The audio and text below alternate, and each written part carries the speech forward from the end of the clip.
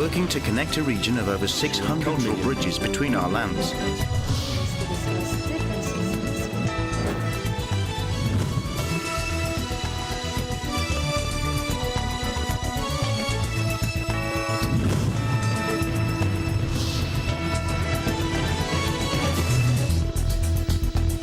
Good evening, I'm Alma Angeles and you're watching ASEAN in Focus on tonight's headlines. In Moscow, a devastating attack at a concert hall has claimed the lives of 137 individuals, plunging Russia into mourning.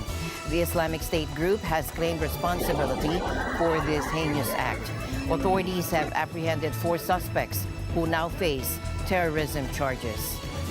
In the South China Sea, tensions have reignited as a Chinese Coast Guard vessel targeted a Philippine supply ship with water cannons, resulting in injuries to 3 Filipino troops. And this incident underscores the ongoing disputes in the region, raising concerns about maritime security. In a harrowing development, the plight of Rohingya refugees continues as rescuers retrieve the bodies of 2 individuals and spot several more at sea. And this follows the tragic capsizing of a wooden boat carrying approximately 150 people, leaving many missing or dead. In the heart of Phnom Penh, Cambodia's capital, a fascinating spectacle awaits visitors.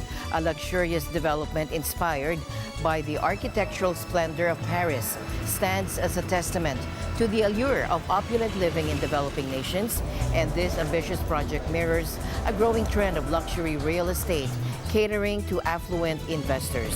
For more insights into this phenomenon, tune in to Thomas I. Likeness' story.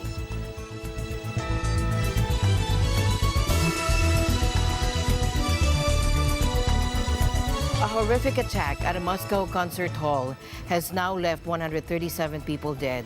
Russia is in mourning, and the Islamic State group has claimed responsibility. 4 suspects are now in custody facing terrorism charges.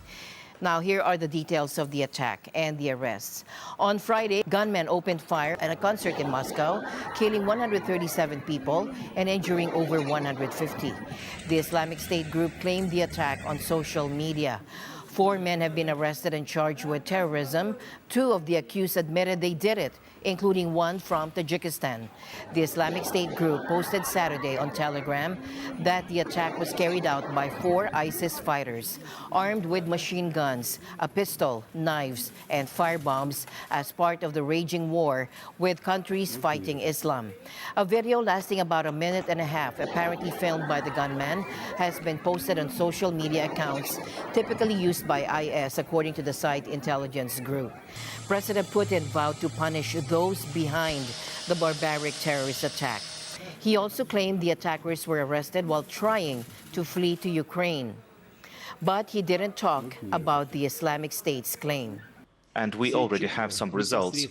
All the 4 perpetrators were directly involved, who were gunning people down, killing people. They were found and apprehended.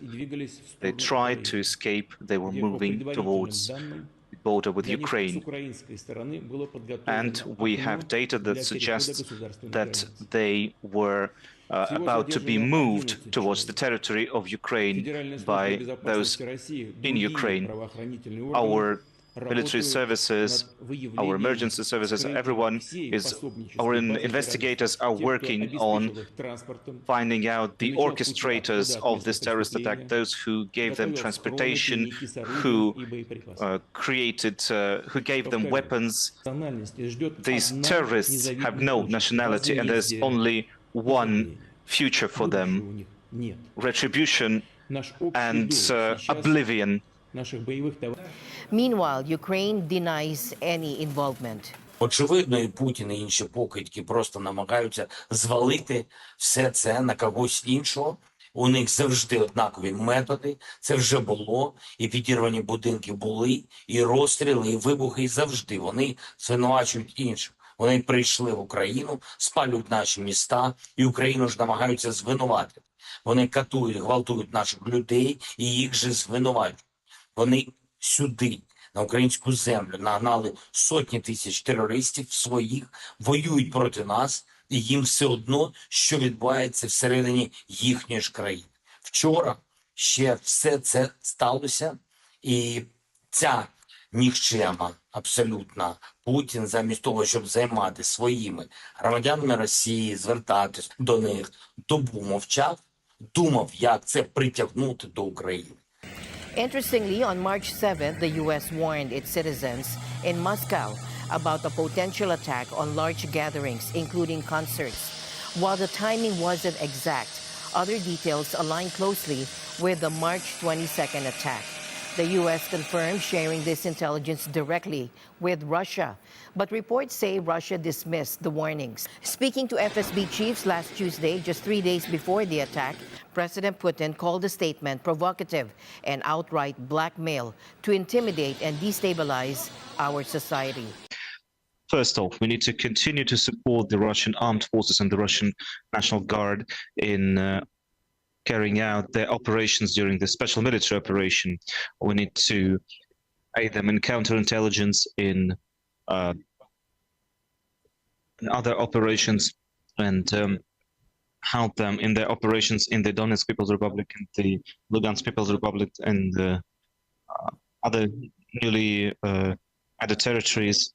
We need to provide them with modern equipment, and we need to work to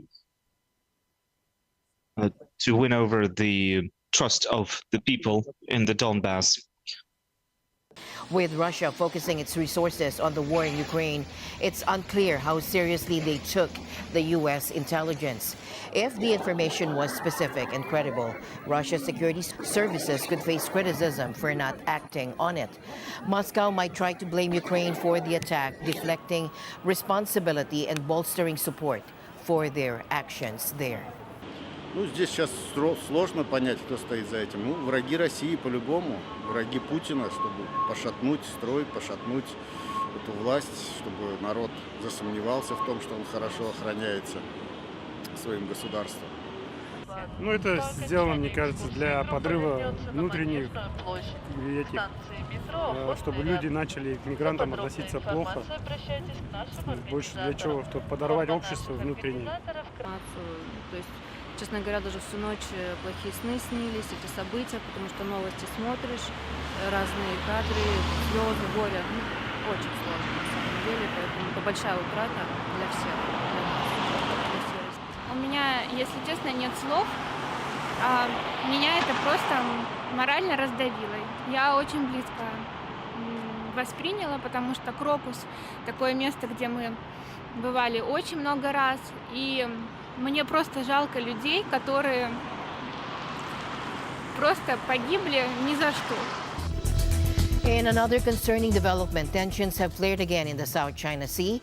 3 Filipino troops were injured after a Chinese Coast Guard vessel attacked a Philippine supply ship with water cannons. Now, the incident occurred near the second Thomas Shoal, a reef claimed by both China and the Philippines. The Philippine government said the supply ship, the Uniza May 4, was simply delivering provisions to a Philippine Navy ship stationed there. China has extensive territorial claims in the South China Sea, despite an international ruling that these claims have no legal basis. The Philippines says 3 Navy personnel on the supply ship were hurt in the water cannon attack. The U.S., a defense ally of the Philippines, has condemned the action, calling it destabilizing and a disregard for international law. China, however, defends its actions, claiming they were necessary to stop a foreign vessel from entering its waters. Despite the damage to the Philippine ship and injuries to its crew, the Philippines says it will continue to resupply its forces stationed on the second Thomas Shoal. Rheingau is part of China's Nansha Qundao and has always been part of China's territory.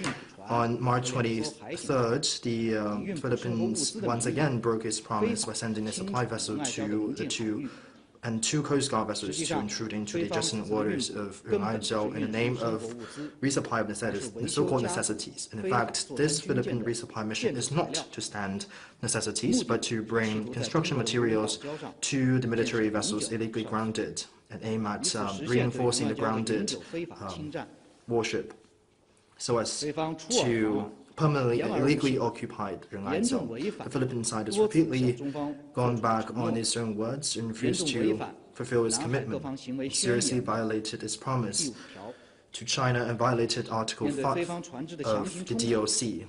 In face of the intrusion by the Philippine vessel, China Coast Guard had to take necessary law enforcement measures, and the action taken on scene were justified, lawful, professional, restrained, and beyond reproach. And China urged the Philippine side to immediately stop infringing upon China's sovereignty and rights and stop provocation. If the Philippines does not change course, China will continue to take resolute steps to safeguard its territorial sovereignty and maritime rights and interests. Relevant remarks made by the United States disregard of the facts. The United States is not a party involved in this issue. However, they repeatedly stick their hands into this troubled water and blatantly attack and accuse China's side in trying to threaten with the joint defense treaty between the two countries and blatantly backing up the actions of the Philippine side which infringe upon China's sovereignty, severely violated the purpose and principles of the Charter and endangered the peace and security of the region. The South China Sea arbitration is against the basic principles of gathering consent from the country. It is illegal and ineffective and non-legally binding. And relevant attempts of using this arbitration to undermine China's rights will not gain any interest. Freedom of navigation is never an issue in this region. Every year, over 100,000 of merchant boats sail across this water. Not single one merchant boat was obstructed. However, some individual countries, including the United States, are using this as an excuse to infringe upon sovereignty and undermine the stability. It is blatant gangster logic. China resolutely stands in defense of our own sovereignty and maritime interests, and would like to work with all countries to jointly safeguard the peace and stability in this region. Hindi tayo ang humaharang ng kahit sino man sa West Philippine Sea. Tayo ang hinaharang. So anong gagawin natin? Titihaya na lang? Hindi naman siguro pwede. Ang China napakalaki na. Ang Pilipinas napakaliit. Gusto pa nila tayong kunan para sa mga tao nila. So, hindi pwede yun. Ang Pilipinas at ang kanyang karagatan at kanyang karapatan sa ilalim ng international law ay para sa kapakanan ng Pilipino, at kung sino man ang gusto nating isama dyan, walang pakialaman China na magsabi na sila lang ang pwede. Ngayon, para maliwanag, kung gusto nila, ihayag nila sa mundo na maliwanag kung anong posisyon nila sa ilalim ng international law. Ihayag natin ang ating posisyon, i-arbitrate natin. That is the best way of solving a legal dispute sustainably. Ayaw nila. In other news tonight, a strong earthquake rattled northern Papua New Guinea. The U.S. Geological Survey measured the quake at a magnitude of 6.9. Fortunately, officials say there's no tsunami threat from this inland earthquake. It struck at around 6:22 a.m. local time, about 54 miles southeast of Wewak, a town of 25,000. While there are no immediate reports of damage or injuries, Papua New Guinea sits along the Ring of Fire, a zone known for frequent earthquakes. Although these earthquakes rarely cause widespread damage in the sparsely populated areas, they can trigger landslides. Sadly, last year, a 7-magnitude quake in the interior of the country did cause fatalities. The mountainous terrain and lack of infrastructure in some regions can make search and rescue efforts challenging. And we'll continue to monitor the situation for any updates. The bodies of 2 Rohingya refugees were retrieved and several more were spotted at sea on Saturday, according to local rescuers, days after a wooden boat believed to be carrying around 150 people capsized, leaving many missing or dead. The Rohingya people, who are predominantly Muslim, face severe persecution in Myanmar. Every year, hundreds of them risk their lives by embarking on lengthy and costly sea voyages, often in rickety boats in an attempt to reach Malaysia or Indonesia. Despite claims from some of the survivors that dozens of people were swept away on Wednesday when their boat and another trying to save them crashed, Indonesian rescuers called off the hunt for any remaining Rohingya refugees by Friday. Only 2 of the more than 6 bodies that fishermen saw on Saturday were found, according to the authorities. Menurut informasi dari nelayan, ada berapa lagi korban yang tenggelam. Itu ada yang sudah dibawa arus ke barat, ada sebagian masih di seputaran Calang. The 69 Rohingya, who had been abandoned at sea for weeks prior to the boat tipping over, were dramatically rescued by officials on Thursday. Many of them were discovered clinging to the overturned vessel's hull. On Wednesday, fishermen saved the lives of 6 more people. The UNHCR reports that 1,752 Rohingya refugees, mostly women and children, arrived in the Indonesian provinces of Aceh and North Sumatra between mid-November and late January. According to the UN agency, the Rohingya population in Bangladesh is experiencing its largest migration since 2015. And this is attributed to the deteriorating conditions in their filthy camps and the ongoing danger of violence in their home nation of Myanmar. The community that is impacted the most is the Rohingya community. The Rohingya are now being bombarded like other areas of the country. Their villages are being bombarded by heavy artillery and by airstrikes. But unlike other areas of the country, they are not allowed to move to safety. With a record number of elections happening around the globe this year, the issue of immigration is taking center stage. The head of migration for the United Nations is warning that some politicians are using harsh anti-immigrant rhetoric to win votes. Let's get the full story from Thomas Eyelikeness. They're poisoning the blood of our country. That's what they've done. In the United States, voters are being treated to statements like this on a regular basis from presumed Republican presidential candidate Donald Trump. And it seems to be working for Trump. Immigration has become one of the top issues people are concerned about going into the 2024 presidential election. But this kind of talk is not only being heard in the United States. Politicians around the world are beating the anti-immigrant drum. Amy Pope is head of the UN's International Organization for Migration.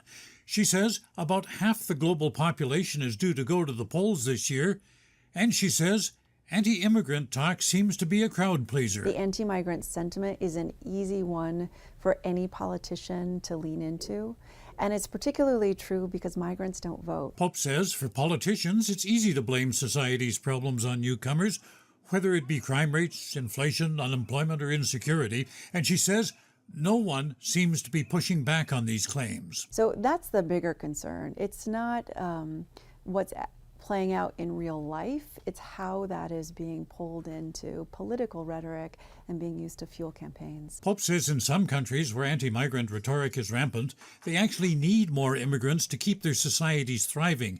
She notes the significant labor shortages in countries across Europe. Quite simply, the birth rates are not keeping up with the population demands or the economic demands. In the United States, Trump has claimed there's an invasion at the southern border, and he suggested recently that some of those entering the country are not people. And Pope warns that such comments can have serious consequences. We see that when there's dehumanizing of any population, there are increasing reports of violence, increasing reports of discrimination. Pope says a more positive narrative around migration is vital, as is creating more safe and legal migration pathways for people to travel. She says the number of people on the move is at a historic high, and the pressures on them to move are only going to grow. But sadly, it's unlikely anti-immigrant politicians will change the scripts of their stump speeches. They will continue to spout xenophobic tropes in hopes of reaping votes. Thomas Eyelikeness, Eagle News. We live in extraordinary times. They're poisoning the blood of our country. That's what they've done. They poison. A bittersweet ending for a historic mission. The American lander Odysseus, the first private spacecraft to touch the moon, won't be phoning home anymore. The Houston-based company behind it, Intuitive Machines, announced that after a week of silence, the lander failed to power on as expected. Odysseus landed at an angle in February but completed its mission objectives before entering a lunar night cycle. Similar to Japan's SLIM lander, engineers hoped Odysseus would wake up when sunlight returned. However, after days of waiting, Intuitive Machines confirmed the power system is down for good. Despite this setback, both the company and NASA consider the mission a success.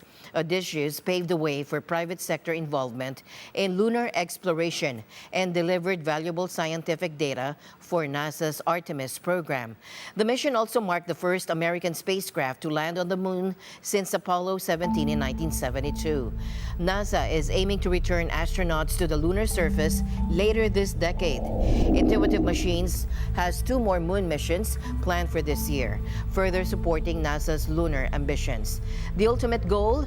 Establish a permanent human presence on the moon and potentially use resources there for future exploration of Mars. In the heart of Phnom Penh, Cambodia's capital, a fascinating spectacle awaits visitors. A luxurious development inspired by the architectural splendor of Paris stands as a testament to the allure of opulent living in developing nations, and this ambitious project mirrors a growing trend of luxury real estate catering to affluent investors. For more insights into this phenomenon, tune in to Thomas I. Likeness' story. It's part of a move to cash in on a new frontier for luxury in the capital of one of Asia's poorest countries. It's also a throwback to Cambodia's colonial days, when it became a protectorate of France some 161 years ago. The Élysée project features a replica of the Arc de Triomphe that towers over a branch of the Mekong River. It is flanked by shops and apartments built in the style of the French capital's signature Haussmann blocks. Developer Theory T says with its manicured promenades, its cafes, and its self-declared elegance, this mini Paris is being sold as a chic enclave for the rich. I would say that Phnom Penh today is growing. The economy has been growing because Cambodia is basically catching up with Thailand, with Bangkok, and with Ho Chi Minh. Prices for the large Élysée units run up to $1,300 a square meter. That's in a country where the minimum wage in the garment sector, which is a major employer, is around $200 a month. But despite the sticker price, more than 80% of the 229 units have been sold. T says the demographics of Cambodia have changed. He says the population is young and well-educated. And he adds, Cambodia's French heritage has stuck with people. The young population, they like French products and they like French architecture. So the inspiration comes from the historical culture of Cambodian. Not far away, a shopping mall with up to 75 luxury boutiques will open in the next few months. Pierre Bolson says the company behind the mall has identified its targets. It's based on 2 groups, which is the affluents that we know quite well in other markets, and this middle class and upper middle class, whose development is going to go growing faster and faster. Phnom Penh is trying to attract foreign investors looking for property with competitive prices. A lot of Chinese money is flooded into the country, fueling a construction boom. But it's also brought with it a number of casinos and other more unsavory businesses. Bolson says the main challenge is trying to change the perception that brand managers have about Cambodia and the image of Cambodia. Thomas I. Likeness, Eagle News. We live in extraordinary times. As my usual habit, I'd like to end the day on a positive note. Let's encourage and build each other up so that no one is left behind. And that's it for tonight's broadcast. I'm Alma Angeles. Stay in the news because we live in extraordinary times. Good night.